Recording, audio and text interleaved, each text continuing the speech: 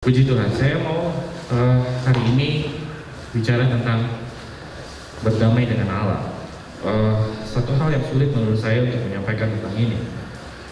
Berdamai dengan Allah, saya yakin Bapak Ibu Saudara kalau review dengan seluruh khotbah yang mungkin Bapak Ibu Saudara pernah dengar, pernah Bapak Ibu Saudara ingat kembali selama yang Bapak Ibu Saudara masuk ke gereja, gitu.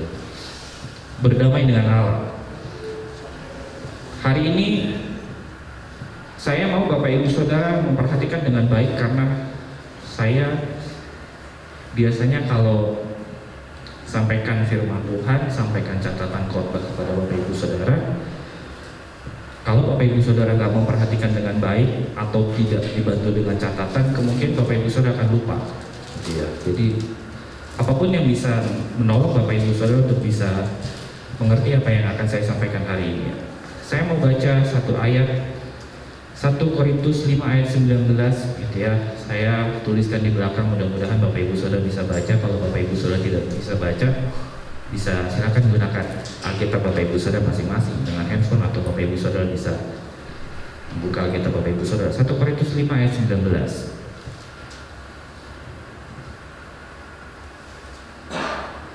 Sudah berdapat katakan amin.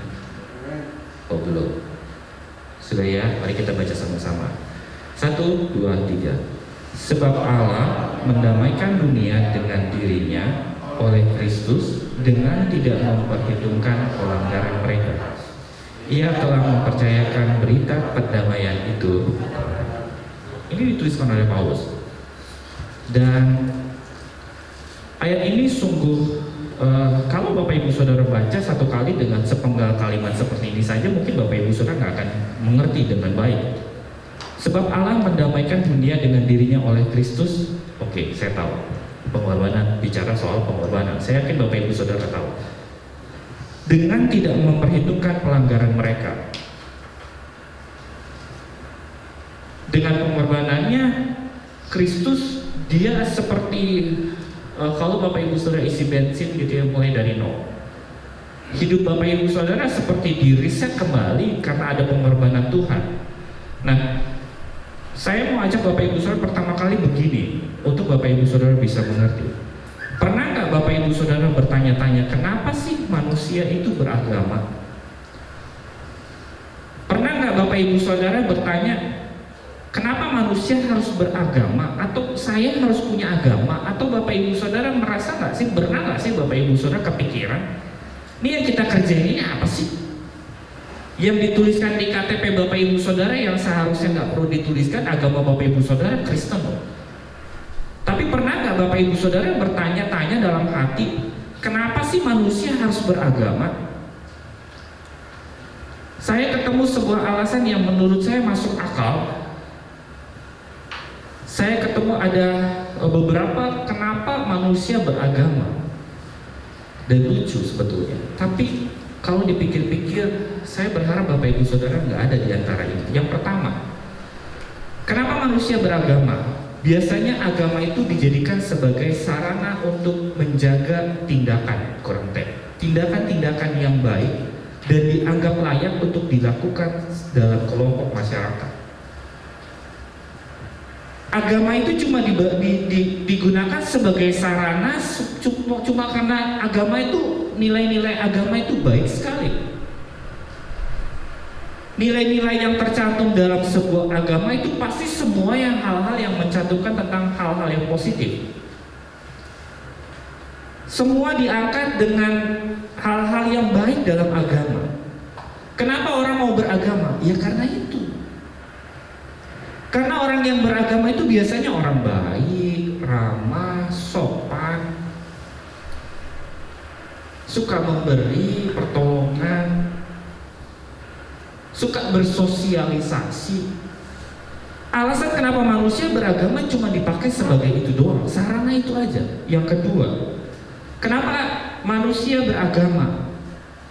Ternyata manusia menggunakan agama cuma sebagai sarana pemuas intelektual saja. Selama ini mungkin Bapak Ibu Saudara, di antara Bapak Ibu Saudara cuma berpikir kayak saya mau jadi orang Kristen lah, saya mau tahu bagaimana sih terbentuknya manusia. Nanti manusia kalau mati masuk mana ya? Apakah yang dinamakan surga itu nyata? Apakah manusia dengan berbuat baik lalu bisa masuk surga seperti yang dibicarakan itu, yang dibicarakan agama-agama itu? Orang-orang memakai agama cuma sebagai sarana pemuas intelektual. Ketika sudah baca Alkitab ternyata, oh iya begini ya. Tapi ketika Bapak Ibu Saudara ketemu dengan sebuah catatan dalam Alkitab,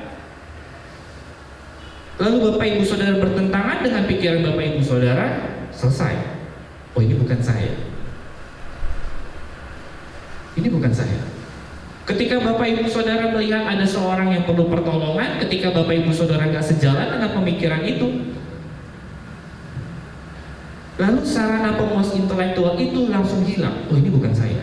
Saya gak perlu membantu dia sudah bisa. Kan kita adalah manusia yang dipercayakan Tuhan dengan banyak pikiran.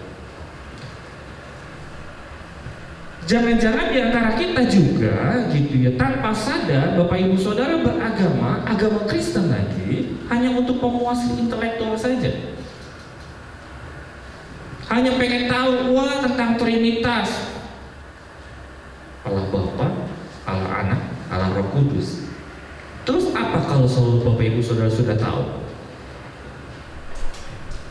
Ketika Bapak Ibu Saudara dengan logika Bapak Ibu Saudara nggak bisa disambungkan, gimana caranya? Lalu kalau Yesus dia ada di dunia, lahir dari rahim perempuan,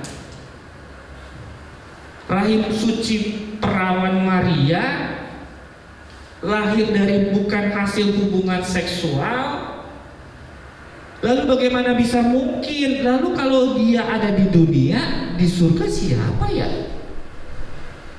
Kira-kira menurut Bapak Ibu Saudara masuk akal nggak? Oke, kalau kita bicara Roh Kudus, oke, ya saya yakin Bapak Ibu Saudara paham tentang Roh Kudus mungkin. Ketika Yesus naik terangkat ke surga, dia bilang, aku akan mengirimkan kamu penolong. Lalu Bapak Ibu Saudara kejar untuk menjadi sebuah pemuas pemikiran Bapak Ibu Saudara secara intelektual. Saya cuma pengen tahu aja. Beberapa kali saya ketemu seorang teman gitu ya, ketemu dia bilang, saya sudah pernah mendalami agama ini, dan agama ini. Lalu memberikan sebuah kesimpulan. Yang ketiga, agama cuma sebagai sarana untuk mengatasi ketakutan.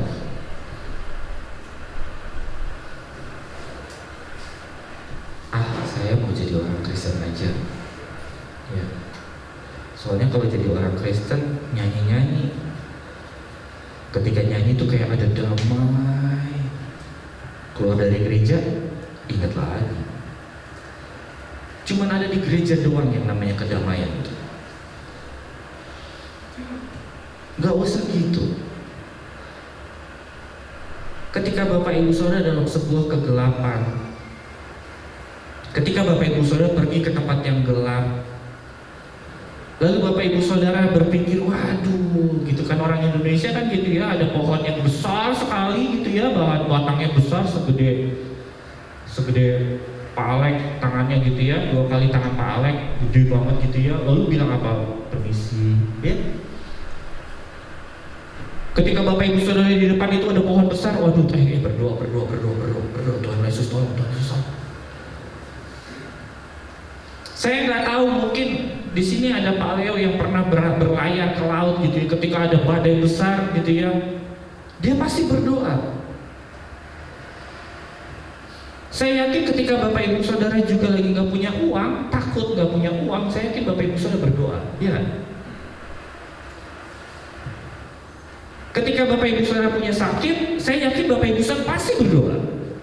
Kalau nggak akan ada lagu tadi, ku tak akan menyerah pada apapun juga. Jangan-jangan Bapak Ibu Saudara di antara sekian banyak ini menggunakan agama Kristen sebagai sarana untuk mengatasi ketakutan. Karena apa? Pengalamannya sudah pernah ditolong sama Tuhan.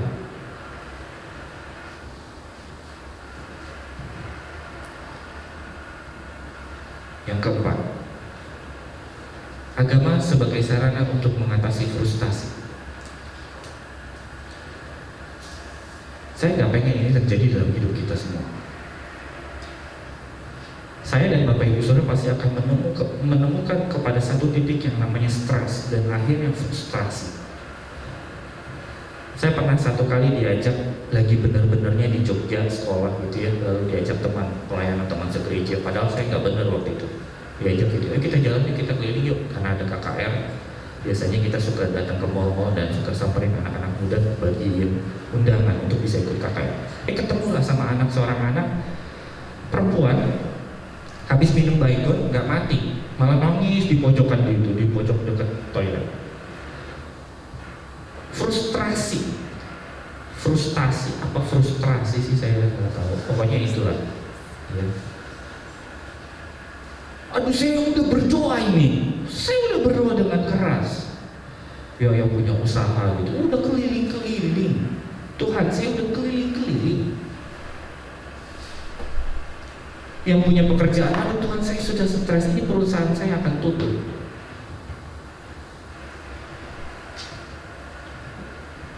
Jangan-jangan Bapak Ibu Saudara menggunakan agama sebagai sarana untuk mengatasi frustasi Bapak Ibu Saudara. Saya nggak tahu apa yang Bapak Ibu Saudara pikirkan dalam hati dan pikiran Bapak Ibu Saudara selama ini datang ke gereja. Pernah nggak Bapak Ibu Saudara bertanya, kenapa saya beragama Kristen?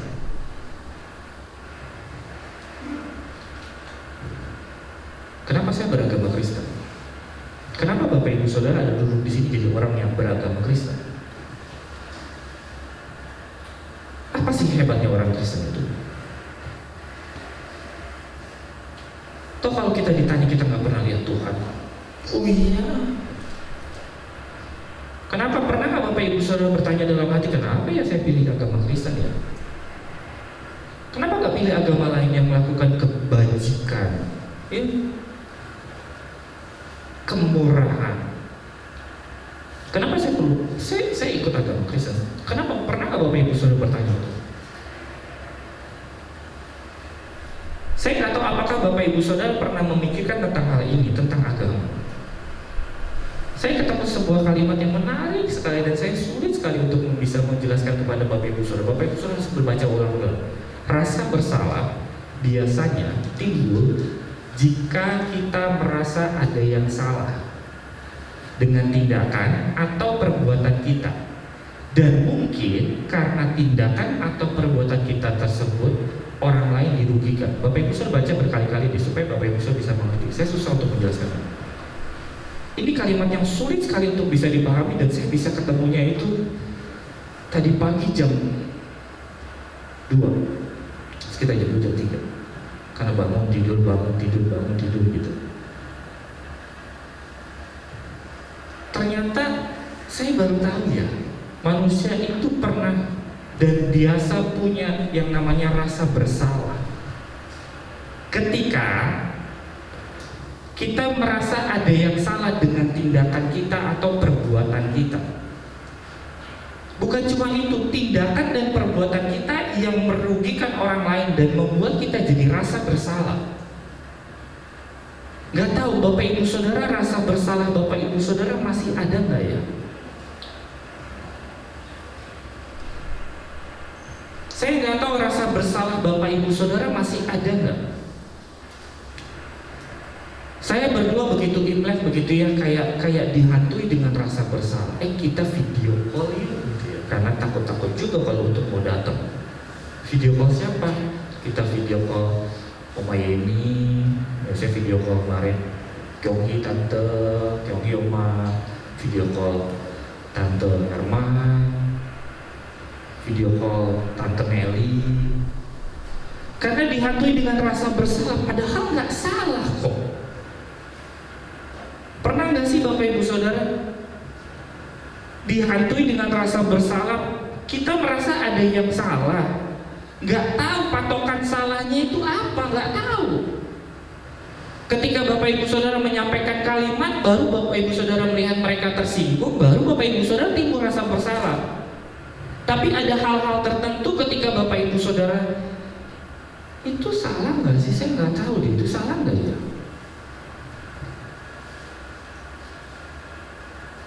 Ketika Bapak Ibu Saudara sepertinya nggak mengucapkan selamat pagi, saya nggak nyamperin dia timbul rasa bersalah, salah nggak ya saya ya? Itu merugikan orang lain nggak ya? Itu orang lain jadi rugi nggak ya? Nah, saya mau bilang, rasa itu timbul. Kenapa Bapak Ibu Saudara memikirkan agama? Kenapa Bapak Ibu Saudara memikirkan rasa bersalah? Cuma satu jawabannya, karena cuma ada dosa. Dosa itu entah bagaimana menguasai pikiran Bapak Ibu Saudara, dan lalu dosa itu jadi sepertinya menggerakkan hati Bapak Ibu Saudara. Dengan bahasa Kristennya apa? Digerakkan Roh Kudus. Ya, orang-orang suka pakai, wah, karena Roh Kudus menjamah saya, lalu saya sepertinya bisa melihat saya salah. Kami kalau biasa, kalau di tempat sekolah kita biasa itu Roh Kudus atau Roh Kuda. Karena rasa bersalah itu bisa muncul. Bapak Ibu Saudara gak kasih persembahan, itu muncul yang namanya rasa bersalah loh. Itu Roh Kudus apa rasa bersalah? Kadang-kadang kami main musik gitu ya, udah lirik-lirikan gitu ya sama Adi, sama Ebri gitu, udah lirik-lirikan tapi tetap aja salah. Tetap aja gak sinkron gitu loh. Sepertinya bunyinya saya ke fa, Ebrinya ke la, Adinya ke te. Timbullah yang namanya rasa bersalah. Jangan-jangan itu dosa apa rasa bersalah ya? Saya merasa bersalah sama jemaat, atau saya memang berdosa terhadap jemaat karena saya nggak latihan dengan baik?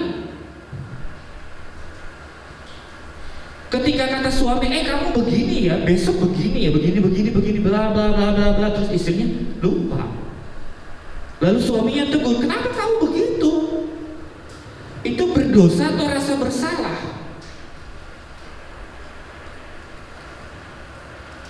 Padahal tadi saya di awal bilang, agama itu kadang-kadang salah satu cara untuk ngeles. Saya datang ke gereja juga, ya sudah, lu udah tahu, udah terjebak dalam gereja jadi penata lain, ya sudah lah, datang ke gereja lah.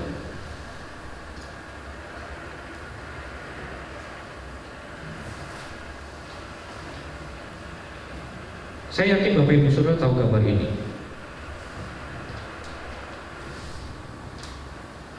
Gambar ini sudah terkenal, Bapak Ibu Saudara, saya ingin tahu.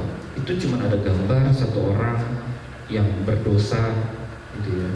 Faktanya adalah semua orang berdosa, Roma 3 ayat 23. Faktanya adalah upah dosa adalah maut, Roma 6 ayat 23. Faktanya hukuman itu pasti ketika Bapak Ibu Saudara berdoa dalam Ibrani 9 ayat 27. Dan yang dilakukan manusia adalah berbuat baik, apa dunia begitu, saya nggak tahu. Lalu moralnya baik, ikut agama yang mengajarkan yang namanya kebaikan, dan semuanya akan masuk surga. Tapi ternyata dengan berbuat baik saja nggak bisa. Dengan punya moral yang baik saja ternyata nggak bisa. Butuh yang namanya pengorbanan Kristus di atas kayu salib. Barulah Bapak Ibu Saudara bisa hidup kudus dan masuk surga. Dalam Yohanes 14 ayat yang ke-6 dia bilang apa? Kata Yesus kepadanya, Bapak Ibu Saudara pasti tahu, akulah jalan,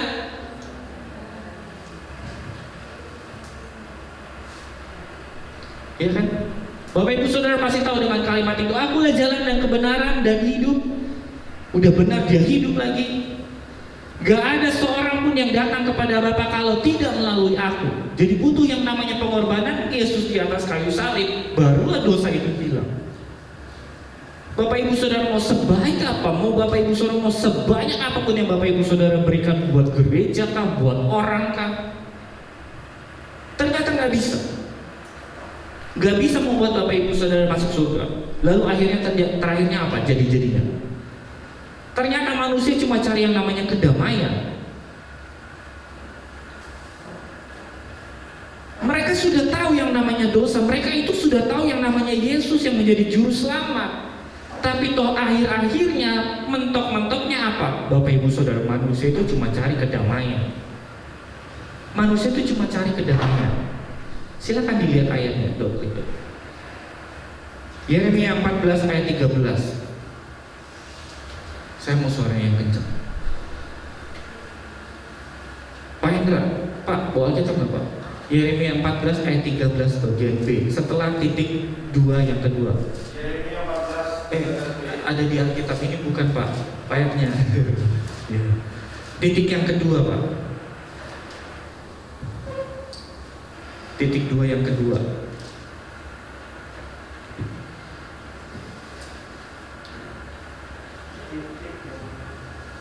Ada titik 2-nya ya. Apa kalimatnya?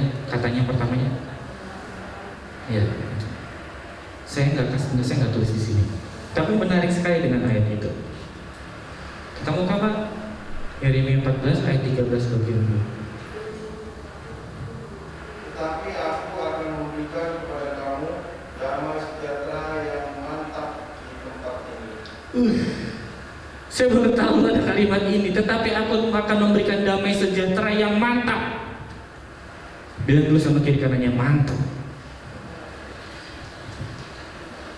Ternyata Tuhan sudah menyediakan damai sejahtera yang mantap buat manusia.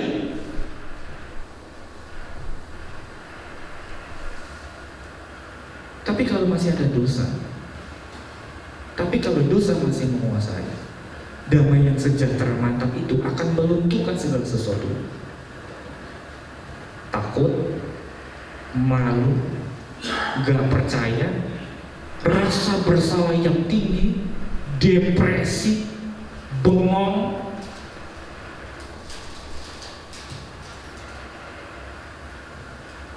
Ini kalimat yang saya buat dan saya temukan dengan keras sekali. Saya bilang begini, saya berdoa karena saya tahu firman Tuhan.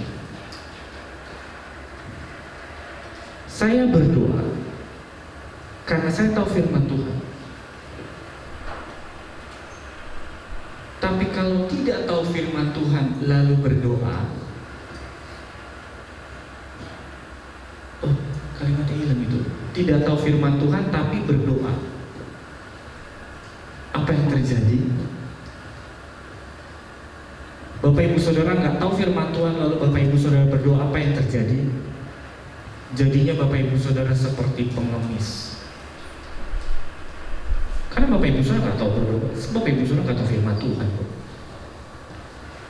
Kalau Bapak Ibu Saudara berdoa terus, tapi Bapak Ibu Saudara nggak baca Alkitab, maaf, itu cuma pengemis. Tahu pengemis? Kalau Bapak Ibu Saudara didampingi oleh seorang pengemis, Bapak Ibu Saudara mau kasih berapa terserah toh? Tapi ada nggak pengemis yang kaya? Ada. Tapi apakah dia bisa berhenti dari pekerjaannya pengemis? Enggak. Ada nggak pengemis yang naik mobil? Ada. Bapak Ibu Saudara lihat aja di YouTube. Ada yang naik Avanza malah lebih bagus dari mobil saya.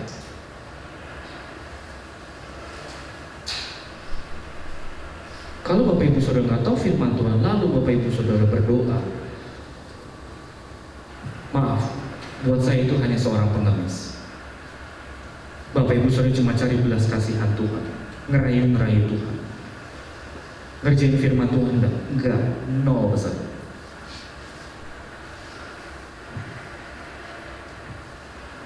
Hidup ini bisa jadi sandiwara dalam kehidupan Bapak Ibu Saudara.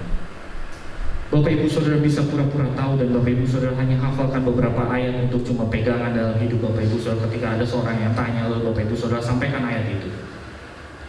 Karena Bapak Ibu Saudara mampu menghafalkan 5 atau 10 ayat. Tapi Bapak Ibu Saudara nggak tahu firman Tuhan, lalu Bapak Ibu Saudara berdoa, mohon maaf, itu pengemis. Doa orang benar, besar, benar nggak Bapak Ibu Saudara?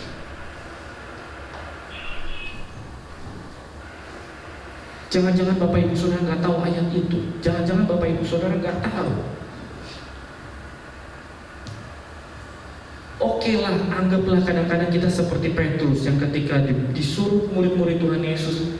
Saya selalu bangga dengan ayat ini yang saya pelajari dalam hidup saya. Ketika murid-muridnya setelah dibeli makan 5.000 orang, kata Yesus, "Sudah, kamu berangkat duluan sanalah, nanti saya nyusul." Bayangan saya mungkin Yesus mau pulangin itu orang-orang yang 5.000 laki-laki itu. Entahlah, mungkin ada anak-anak kecil yang di atas pohon lagi lari-larian, pulang. Ataukah Yesus masih berdoa untuk mereka? Bayangan saya begitu gitu ya. Tapi murid-muridnya karena Yesus melihat dia kan manusia, ya udahlah kalian duluan lah biar bisa istirahat di jalan sana. Lalu Tuhan Yesus nyusul di atas, berjalan di atas air.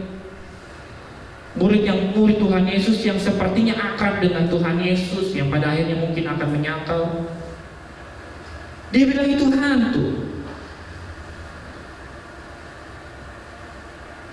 Yang udah akrab sama Tuhan Yesus aja bisa nggak kenal Tuhan Yesus, apalagi yang kita yang baca Alkitabnya cuma Senin Kemis.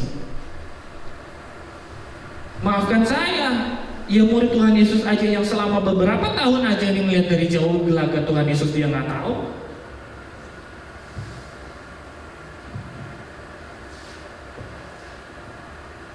Saya nggak mau kita punya hidup kayak begitu. Saya yakin susah sih. Saya juga bukan orang sempurna. Mungkin kadang-kadang suatu kali saya juga menjadi seorang pengemis yang baik hati, yang bilang sama Tuhan, "Tuhan, saya butuh pertolongan Tuhan, saya sudah nggak tahu mau siapa." Tapi itu selalu terus saya bilangin sama Tuhan, "Tuhan, ini gimana sih Tuhan?" Kayak orang nggak percaya gitu. Udah dibilang sekali, udah sih, udah dicatat nih, didengar, iya didengar.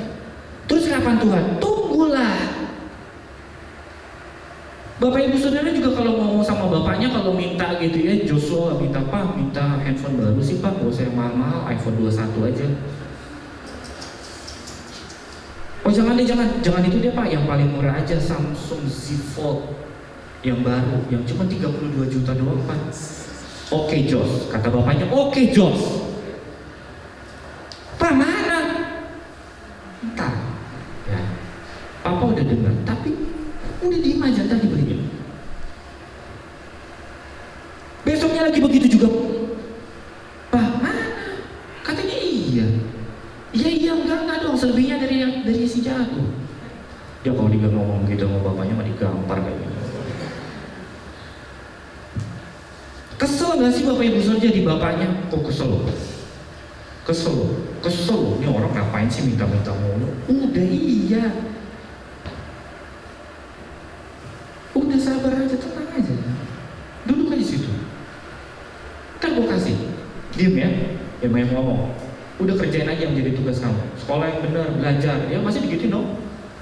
Tuh bantu mama kamu tuh jualan. Siapa tahu nanti kalau kamu jualan ciki 10 tahun bisa kebeli itu Samsung. Tapi kan prinsipnya kebeli kan. Mau dapatnya second mau dapatnya begitu dibuka nggak bisa gitu, cuma depannya doang, tapi kan gayanya beda. Tunjukin ke Samuel, Samsung Z Fold kalah sama Xiaomi lu Sam. Tapi dapet loh. Lo Bapak Ibu Saudara begini loh pertanyaannya. Ketika Bapak Ibu Saudara juga berlakukan itu di keluarga, di kehidupan nyata, ya kan? Kan tadi saya bilang nyatanya juga Bapak Ibu Saudara berdalih kok berlindung dengan sebuah agama. Ini seolah-olah ada Roh Kudus yang memperingatkan, ternyata itu cuma rasa bersalah aja kok. Roh Kudusnya mah nggak ada. Bohong ini semua nih, ini mungkin ada lingkaran di kepala saya. Bohong ini, bohong. Yang ada di sini cuma rasa bersalah aja.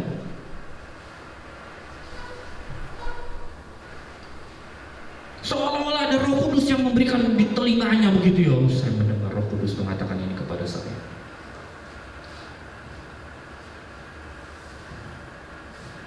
Makanya kata firman Tuhan, ujilah. Dia berkali-kali bilang ujilah. Jangan Bapak Ibu Saudara cuma nyanyi baca kitab suci, doa tiap hari. Baca kitabnya sekali, doanya 3 kali. Akhirnya jadi apa? Persembahan kami sedikit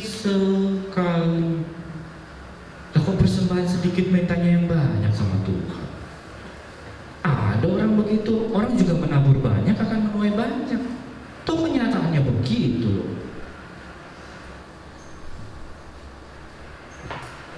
Berdamai dengan Allah, bicara soal pemikiran Bapak Ibu Saudara, serius.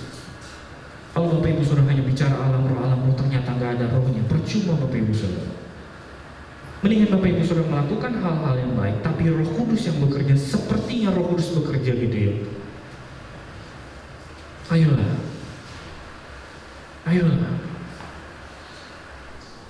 Hidup ini bukan cuma sekedar pura-pura di antara saya dan Bapak Ibu Saudara. Percayalah. Percaya. Saya yakin waktu Petrus jalan di atas air, saya yakin dia takut loh. Saya yakin.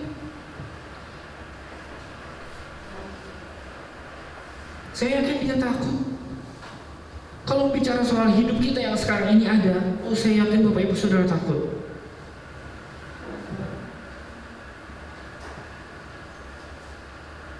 Hidup yang gak menentu kayak begini, penghasilan yang gak menentu kayak begini, pendapatan yang gak menentu kayak begini, masa depan yang gak tahu mesti bagaimana. Ini Bapak Ibu Saudara harus jual aset-aset supaya Bapak Ibu Saudara bisa nabung lagi. Sepertinya seolah-olah punya tabungan lagi, tapi padahal Bapak Ibu Saudara jual aset.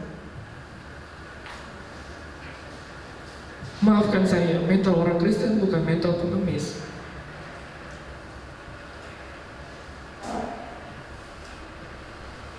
Maafkan saya. Tapi Bapak Ibu Saudara berdoa karena Bapak Ibu Saudara tahu firman Tuhan. Percuma Bapak Ibu Saudara berdoa kalau Bapak Ibu Saudara nggak tahu firman Tuhan.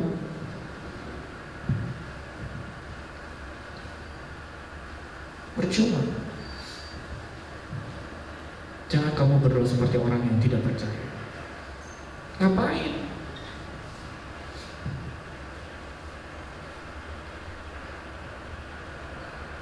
Saya mau ajak Bapak Ibu Saudara merenungkan firman Tuhan. Serius merenungkan firman Tuhan. Saya nggak tahu apa yang terjadi dengan kehidupan Bapak Ibu Saudara. Saya nggak tahu apa yang Bapak Ibu Saudara alami dalam kehidupan Bapak Ibu Saudara. Tapi berdoalah kepada Tuhan karena Bapak Ibu Saudara tahu firman Tuhan. Mari pejamkan mata. Mari hampiri Tuhan.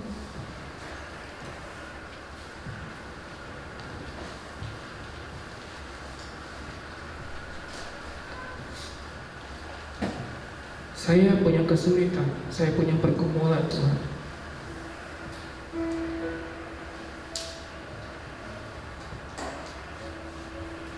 Tapi saya tahu Tuhan pasti menolong saya.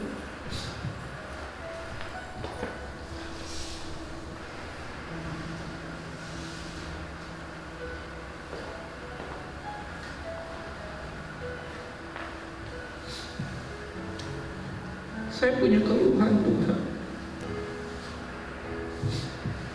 tapi saya tahu Tuhan pasti menolong.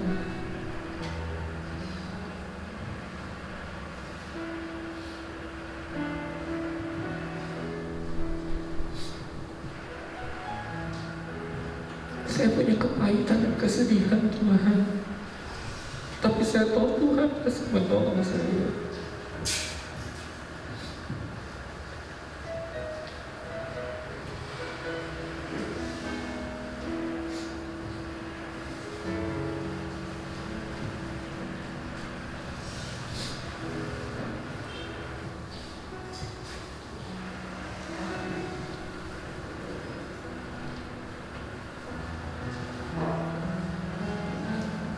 Biarlah lagu ini menolong Bapak Ibu Saudara untuk berdoa lebih sungguh-sungguh lagi. Mari naik ke pujian ini sama-sama. Simakan selalu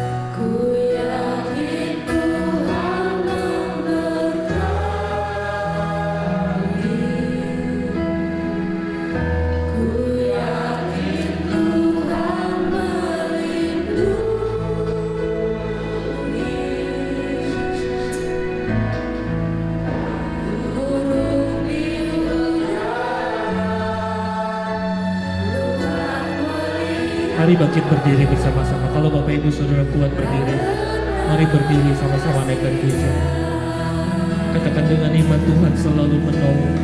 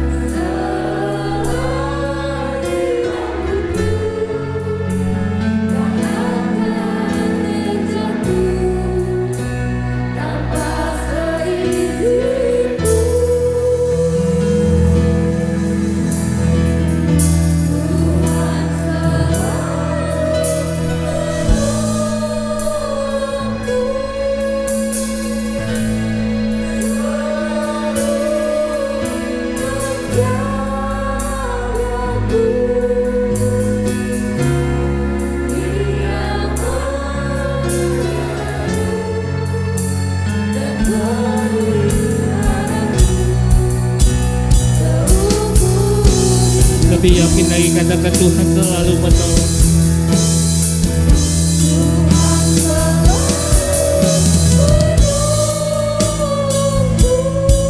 Pertolongan yang tidak pernah terlambat.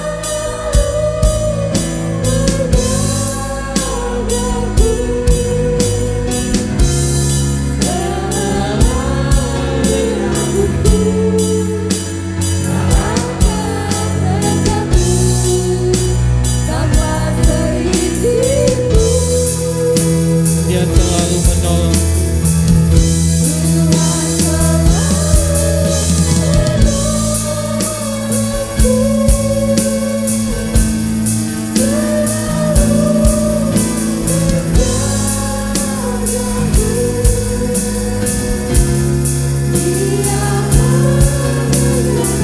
Mari berdoa lebih sungguh lagi, katakan Tuhan dengan iman. Kami percaya bahwa Tuhan selalu menolong kami.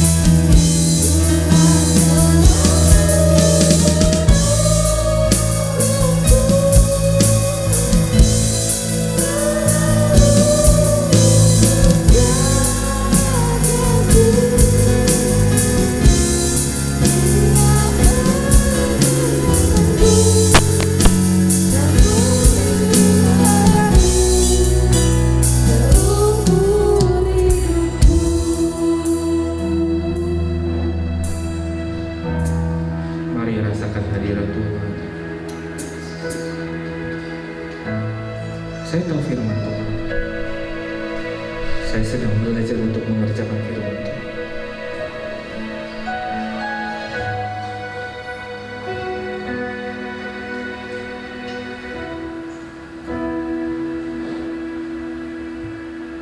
Saya berharap Bapak Ibu Saudara tahu sedikit tentang firman Tuhan. Ini waktunya Bapak Ibu Saudara berdoa sesuai dengan firman Tuhan.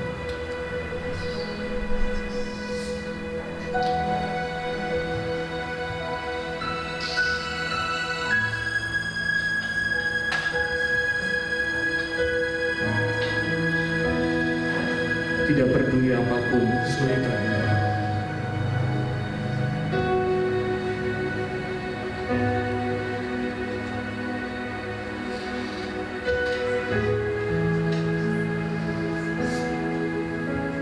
mari sampaikan kepada Tuhan.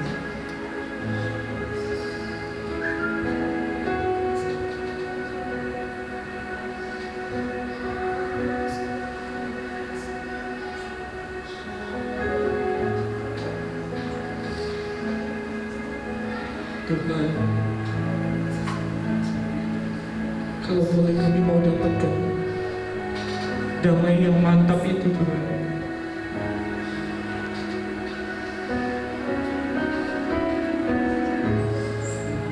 Kalau boleh kami mendapatkan damai yang mantap itu di tempat ini.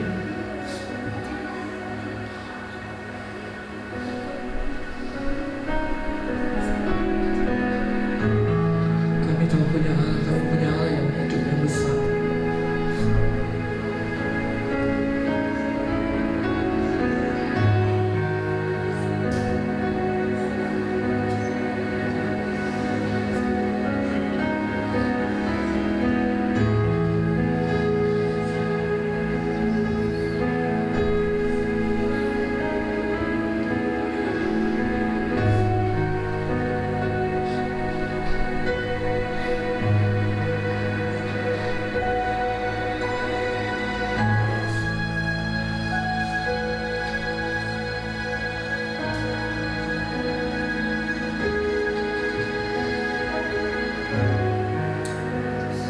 Berdoa dengan sungguh.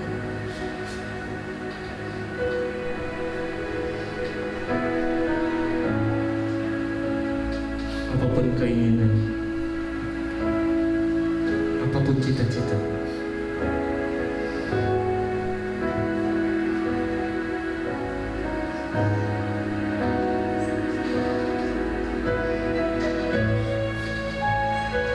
apapun yang jadi kerinduan,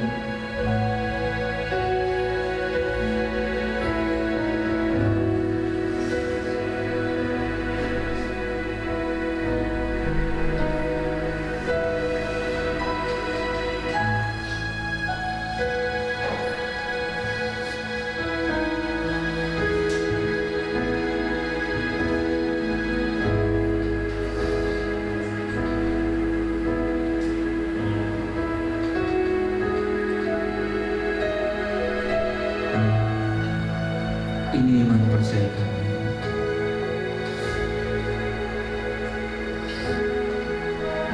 Ini yang kami percaya Tuhan.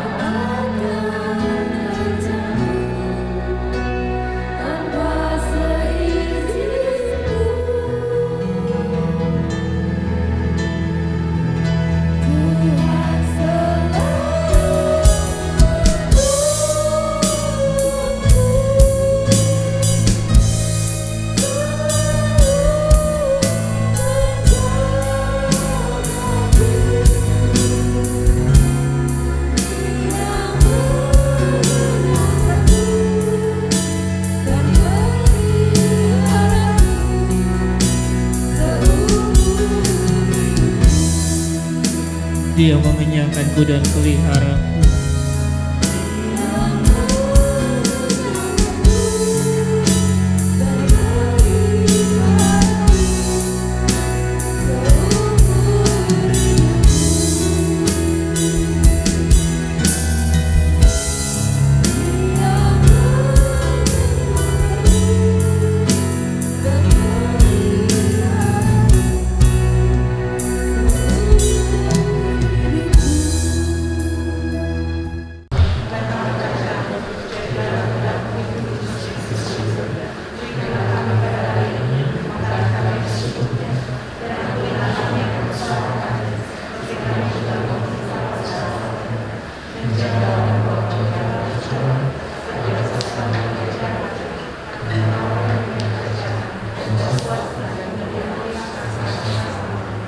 Ini yang kami percaya dan ini yang akan kami kerjakan dalam kehidupan kami adalah percaya di hadapan Tuhan, jemaat, manusia, dan keluarga kami.